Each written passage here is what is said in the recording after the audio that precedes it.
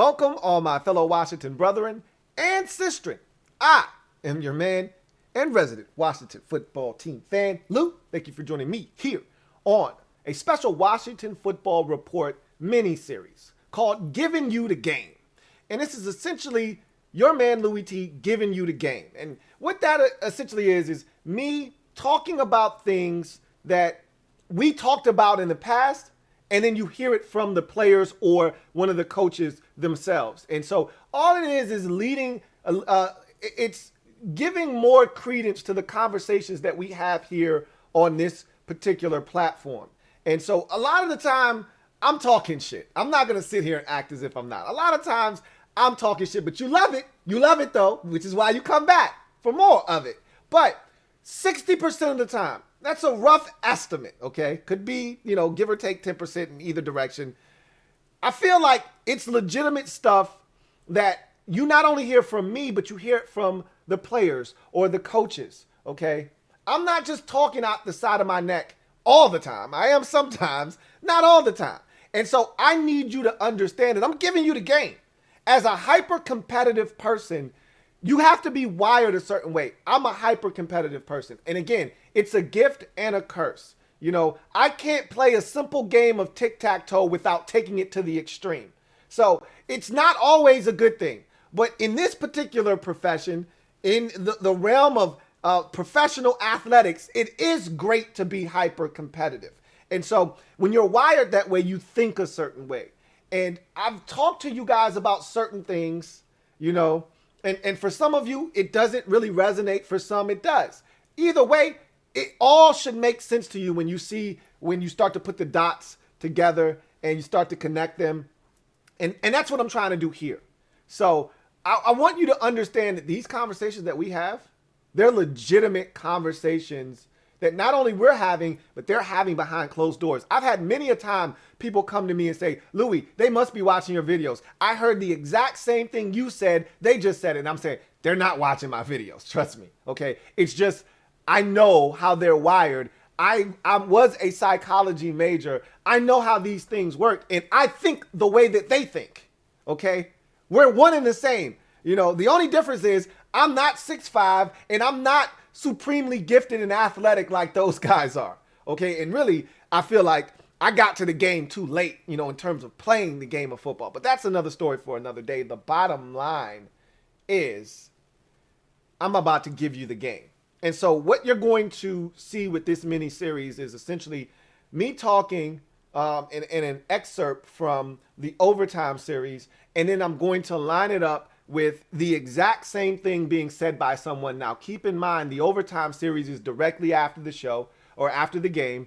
I don't watch the post-game pressers or anything that's being said until well after it's already done. I have no idea what's being said. These are conversations we're having as that stuff is transpiring. So I have no idea what they're saying.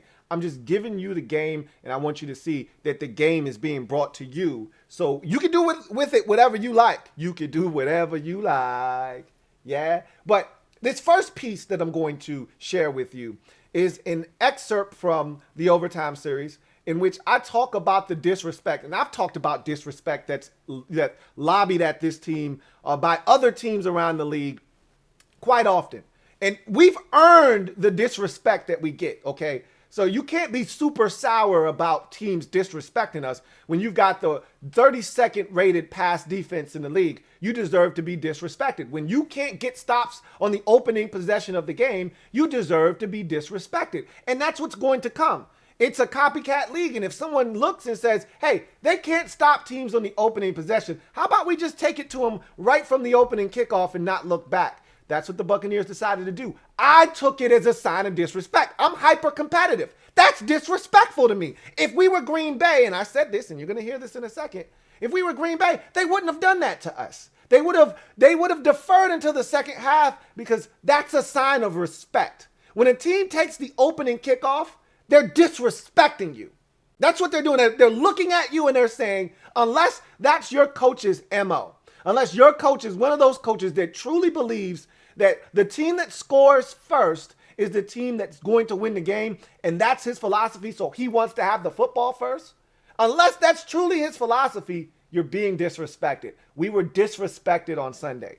And you know a guy that felt that same disrespect, and a guy that I am really starting to like, he's fastly, very rapidly becoming one of my favorite players on this team because of his mentality.